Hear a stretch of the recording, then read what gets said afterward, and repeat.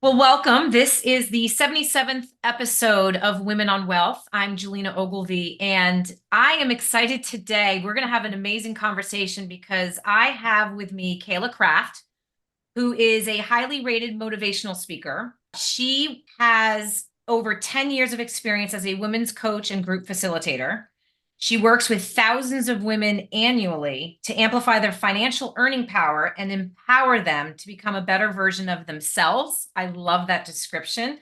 She is an angel investor. She is a podcast host to Crafted Entrepreneur, and she just recently authored her first book, although I think you have a bunch of ebooks. And that is titled What Do You Really Want, which is the title of our podcast today. So, welcome, Cayla.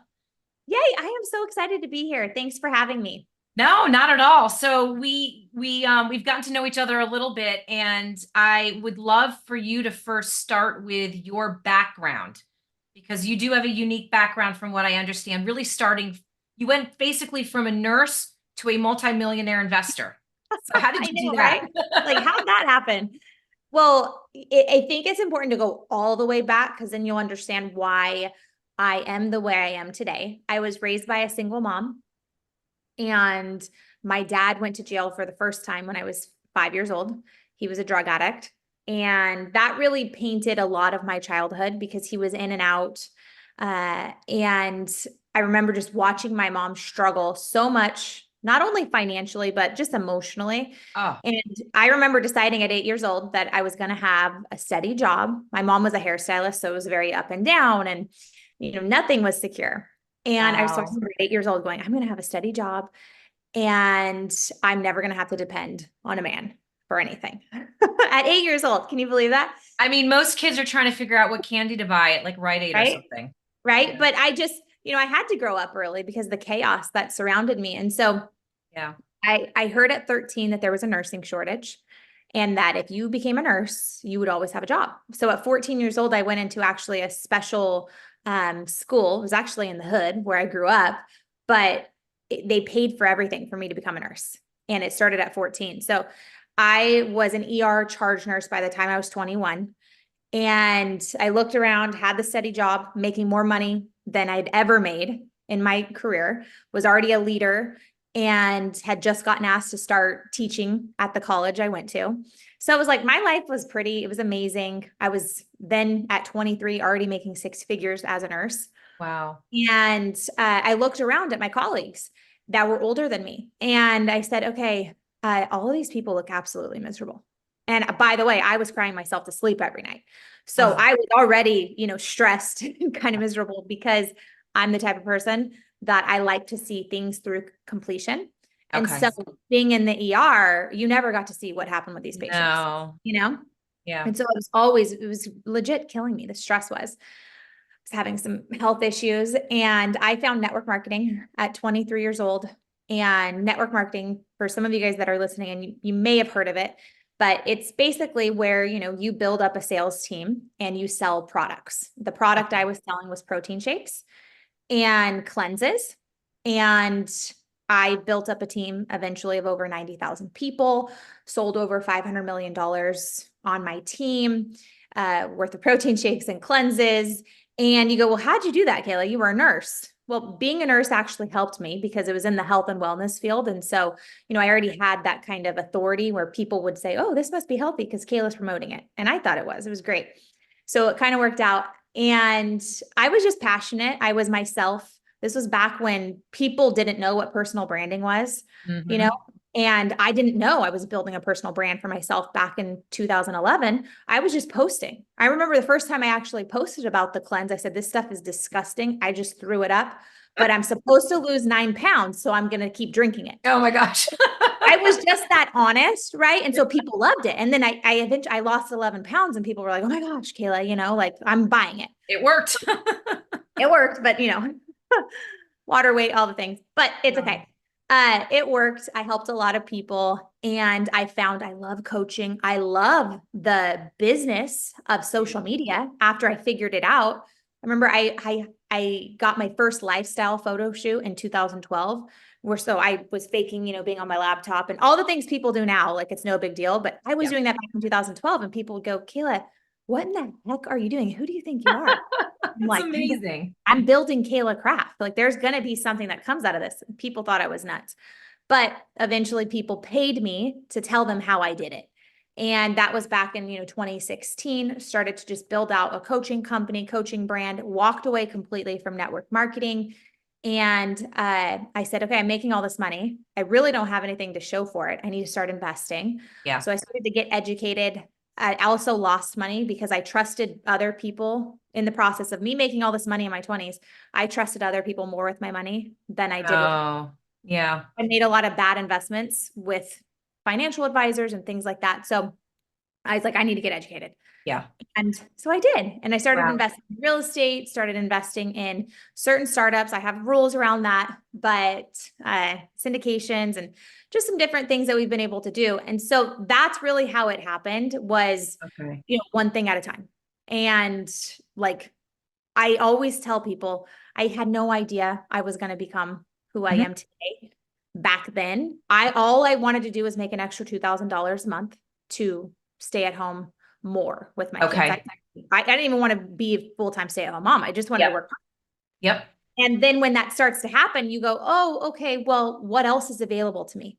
So it's important for you guys as you start to make money goals for Mhm. yourself. You might want to be a multimillionaire. You might want to have a net worth of $20 million, but you first got to have the net worth of You got to 500,000. start. Yeah. Yeah, You have like to start somewhere. let's get there and then you'll see it's possible and you'll see it's a lot of rinsing and repeating and you get better and stronger. You make better connections and you make better deals. Yeah. And I love you said something that I thought was so important. You had a targeted goal of 2000 a month, Mhm. right? It wasn't just this broad, I want to make more money. I want to be a multimillionaire. You started somewhere with a goal, right? And then Absolutely. that goal keeps changing. The hurdle Mhm. keeps moving. The other question for you that this always comes up with women. How did you educate yourself more? Because women are constantly asking me, if I want to educate myself more, where's the best place to go to get that information?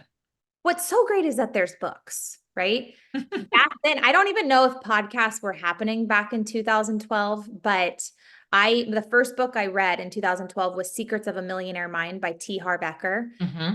And the clue I picked up from T. Harv was that mainly a lot of these millionaires were in real estate. And so I Interesting. knew, okay, you got to start learning about real estate. And so I picked up Rich Dad Poor Dad. And I started to Kim Kiyosaki, It's Rising Time, started just to Hmm. listen to these things. Now, I wasn't going off and I had one rental property, but I wasn't going off and doing a bunch of crazy things. I was like, I need to get more educated. So I was listening to their things and really learning the lingo, learning everything about it. Yeah. So that's one great thing is like start. All these greats have it in a book. It's Yeah. so wild to me. Like, why are people not reading more? Because the handbook is there Yeah. to start thinking differently. And so that's where I started. I would start with books, Okay. listen to the podcast. If you have somebody that you look up to, again, like you're listening to this podcast. So that's amazing because you're going to Yeah. start learning how, successful people think much differently than you probably think about your problems and about your destiny. So it's contagious. You start to go, oh, well, okay, I got to change my perspective about things. Yeah. You just immerse yourself in all that information. Yep. Yeah. Yep. And I so mean, my car was like I used to call it a rolling university. There was not music happening in there. I was listening to the greats. Mhm. oh, my girls hate it when I put on podcasts. Not mine. I can't hear myself talk, but others. So I love it. So what advice would you give other women in considering a career shift? Because this is always the most difficult piece of Mhm. it. It's getting that mind shift to say, yes, I'm willing to do this. Test it out. Test it out. What's so crazy to me is that people think that their next move is permanent. Nothing in this life, if I've learned anything in entrepreneurship, is Yeah. that nothing is absolutely permanent. So everything is temporary. So you Yeah. could make a shift and you could absolutely hate it. And guess what? You can go back to what you were doing, or you can try something different. Yeah. I've made so many pivots in my career. And I was on somebody's podcast last week and she goes, Cayla's the pivot queen. And I'm like, okay, I'll take that. But I'm really in the camp of like, if something's not working for me, I'm not going to sit here and keep beating something back to life. It's not, no, Right. right? Like I'm going to do the next best thing. that lights my soul on fire. And life is too short to sit here in the waiting and in the Yeah. wondering. Take Hmm. action now. You'll find out if you love it or you hate it really quick. Okay. No, I love that. Thank you. And what about Mommy Millionaire? Can you talk a little bit about that?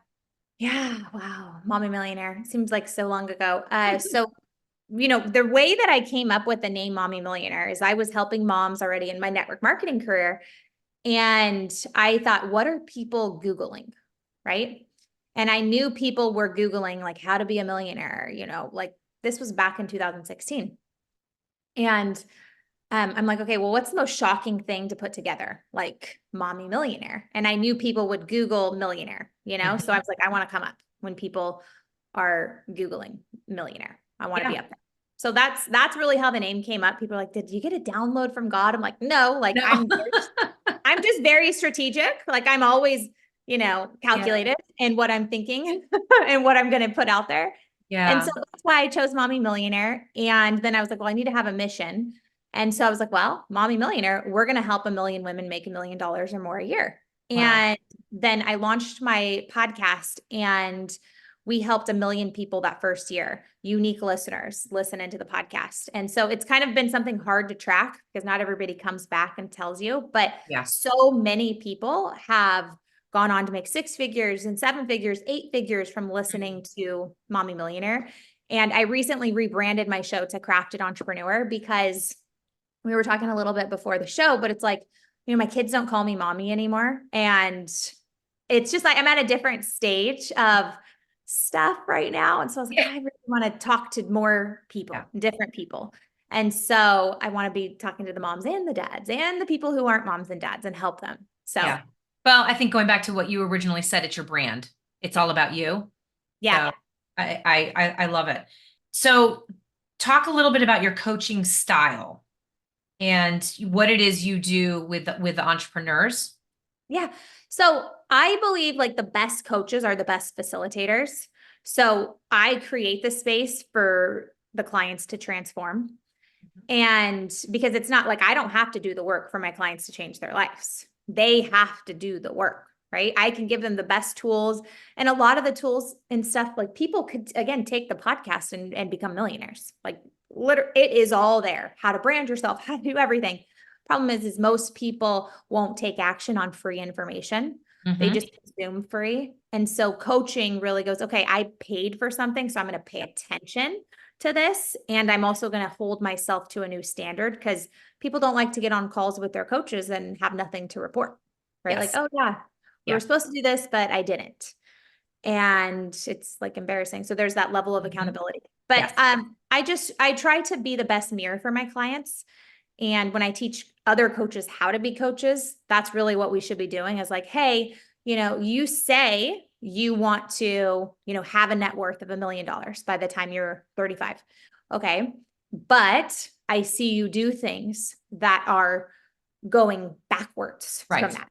Hmm. Right. So that's actually what a good coach does is say, hey, like you're saying one thing, you're doing another. What can we do to help Hmm. you being congruent with what you actually want for your life? Yeah.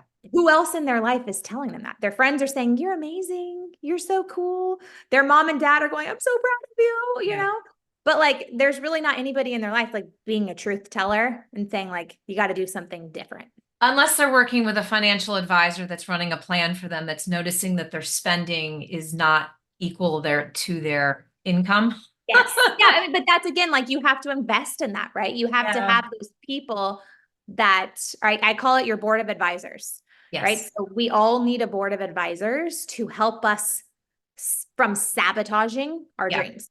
Because Absolutely. I'll try to sabotage my dreams every once in a while. There's always like this up level when you're going to a new place. And I've done it so many times. And thankfully I have people in my life that are like, whoa, Cayla, Yes. hold on. Absolutely. It's going back to the accountability, but correct me if I'm wrong, because at least my conversations around this topic that we're having, which I think is so important, because I think as a society, we really do outspend what we're Oh yeah, earning, right? The absolutely. number one concern is people are going to run out of money. So from my perspective, tell me if you agree, I see it in all types of individuals. it's not just individuals that don't have a lot of money. It's, you Oh, know, it's high net worth individuals. It's across demographics. It's across everything. I I have yet was, to find a pattern. yeah, no, I love telling people this. I was a millionaire living paycheck to paycheck. I was. I at one point had to borrow money from my in-laws to pay my taxes because I was living beyond my means, even though I was making $1 million. Because money just makes you more of what you already are. Mhm. So if you're an insecure person, which I was insecure. I did things to make it look like I had a lot of money because I did, right? Mhm. I did have a lot of money. And it made me, I never wanted to be the poor person that I was growing up, right? I got made Fair. fun of for wearing the same clothes all the time, for the house that I lived in, for like Yeah. all of the things, right? So then as an adult, I go and do all the things to show people, hey, I have money now. I'm good. Like I'm not the poor girl anymore. Yep. And so I had to do the work on myself because I was sabotaging my future, Mm. Yeah. right? And the gifts that I had been given. And so, like, I remember my in laws were like, we're going to help you out this one time, but this is the only time, Yeah. so figure it out. And we did. Thankfully, it was never my husband's problem.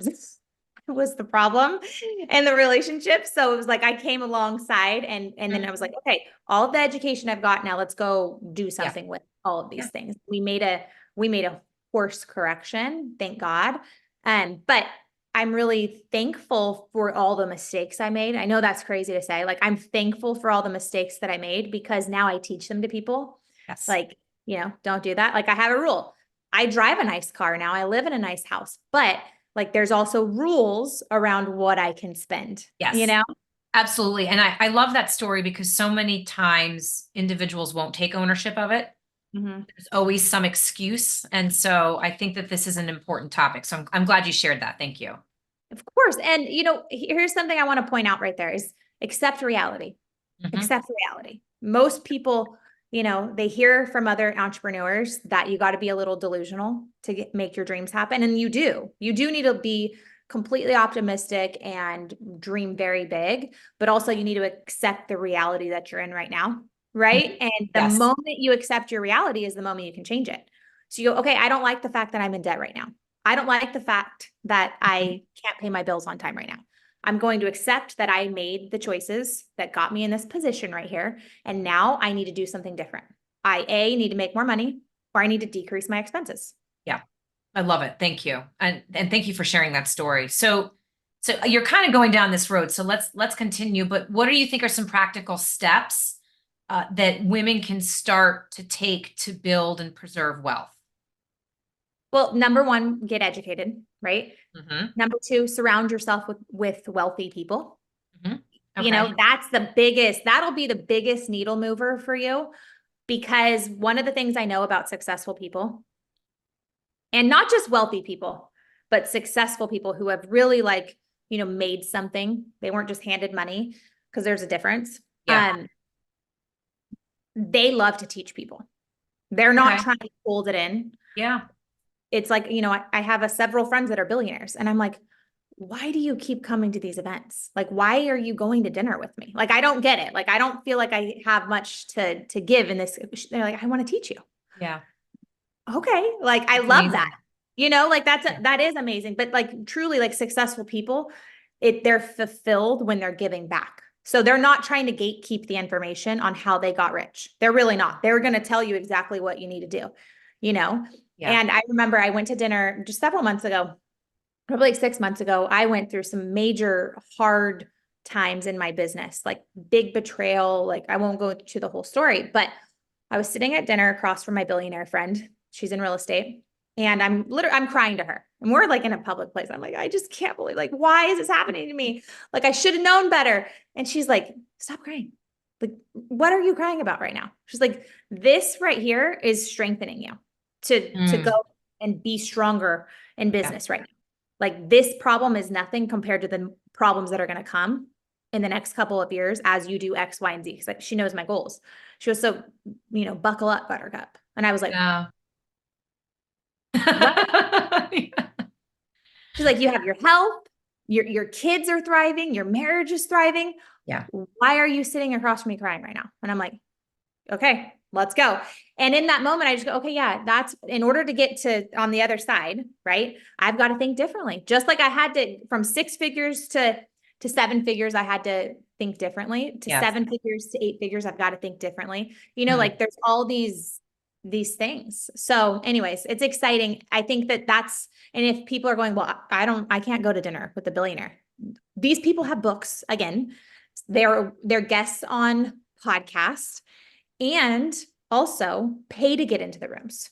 Pay Okay. to get into the rooms with people that have what you want. Obviously, do your due diligence, make sure that people are legit and get into those rooms so you can think like them. Okay. That was going to be my follow-up question for someone that says, I don't know how to find rich friends. Oh, I was listening to Brad Lee's podcast the other day, and he had on the $1 trillion man, Dan Pena. I don't know if you've ever heard of him, but I was listening to this guy and I was like, if this guy can be a billionaire, I can be a billionaire. And it was just like not putting him down at all, but I was just Yeah. like, wow, like there's just a couple shifts. Like you could tell this guy doesn't get phased by things I get phased by right now. And I Okay. was like, that's that next level for me, right? And so, and again, this was free. I was listening on YouTube. I didn't Yeah. have to pay any money. So the information is out there. It's Yeah. just how willing are you to put down the Netflix and listen to things like that, Right. that are actually going to grow you. Well, and I think also to create a sense of urgency and accountability to actually take that next step. Because I think Yes. a lot of us are taking this information in. It's a question of what are you going to do with it? Right. Yeah. So like, what are you going to do with it?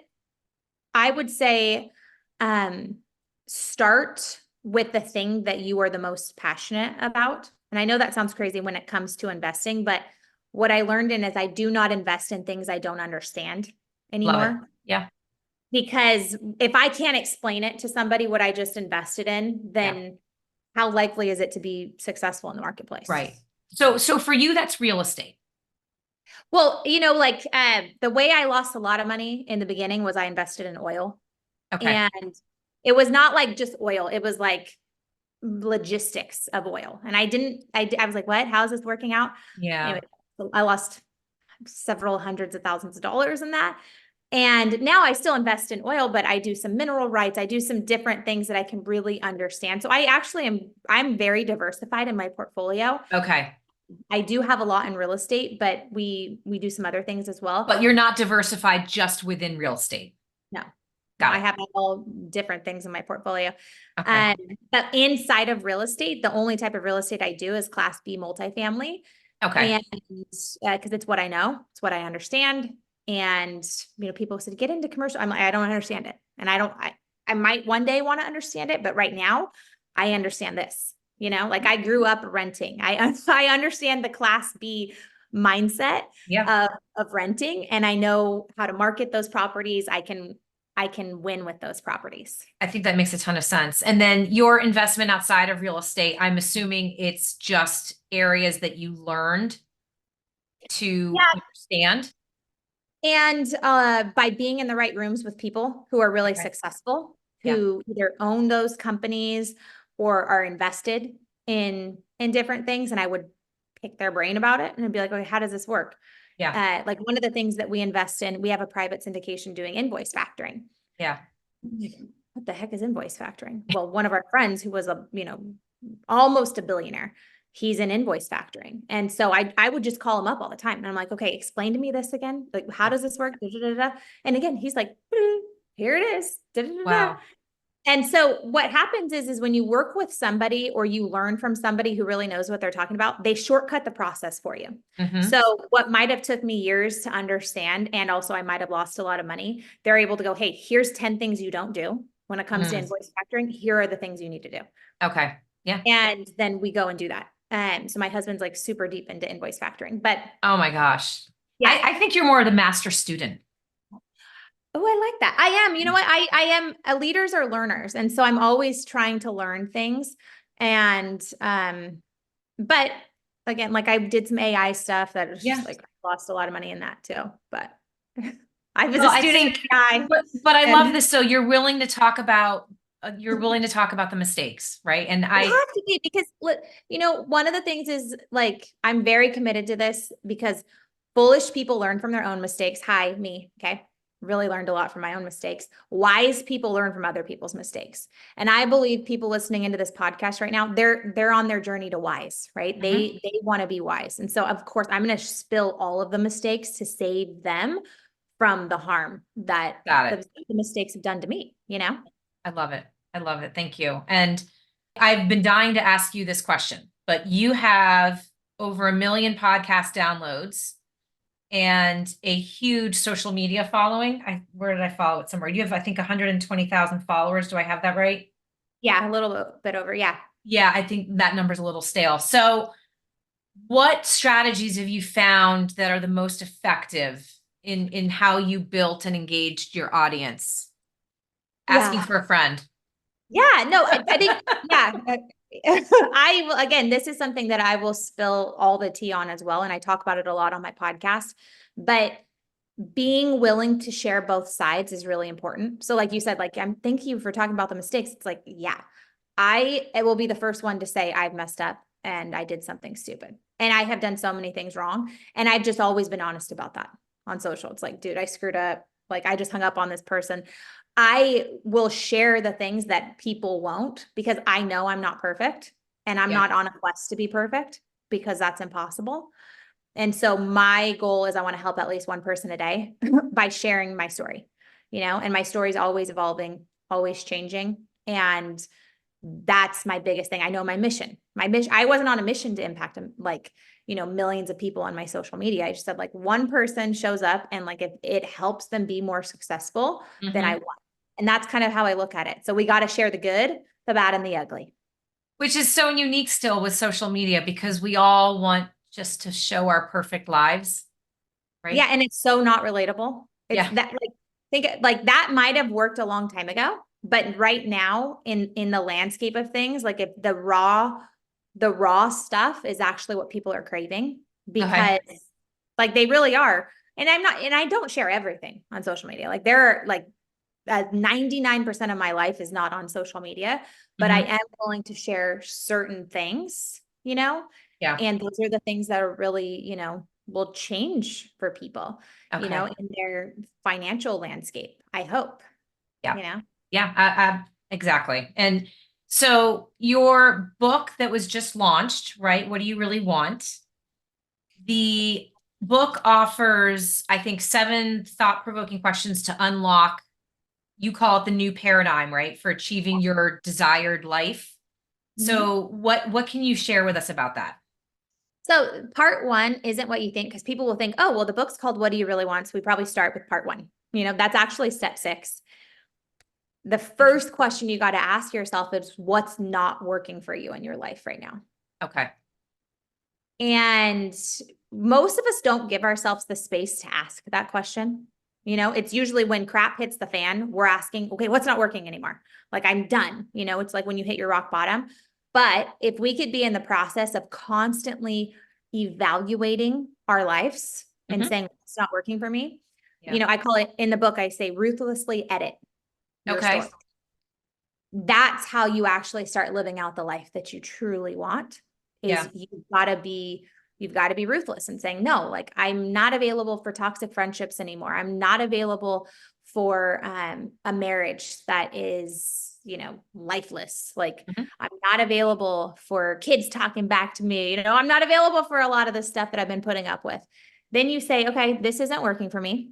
And then this second powerful question, and I go in deep in this in the book, is when did you first start accepting that? Because it takes it back to what I said earlier in the podcast is you got to accept reality. Yeah. Right? Your reality. Everybody wants to be a victim of their reality because that's the easiest place to be. It's everybody else's fault that I'm struggling.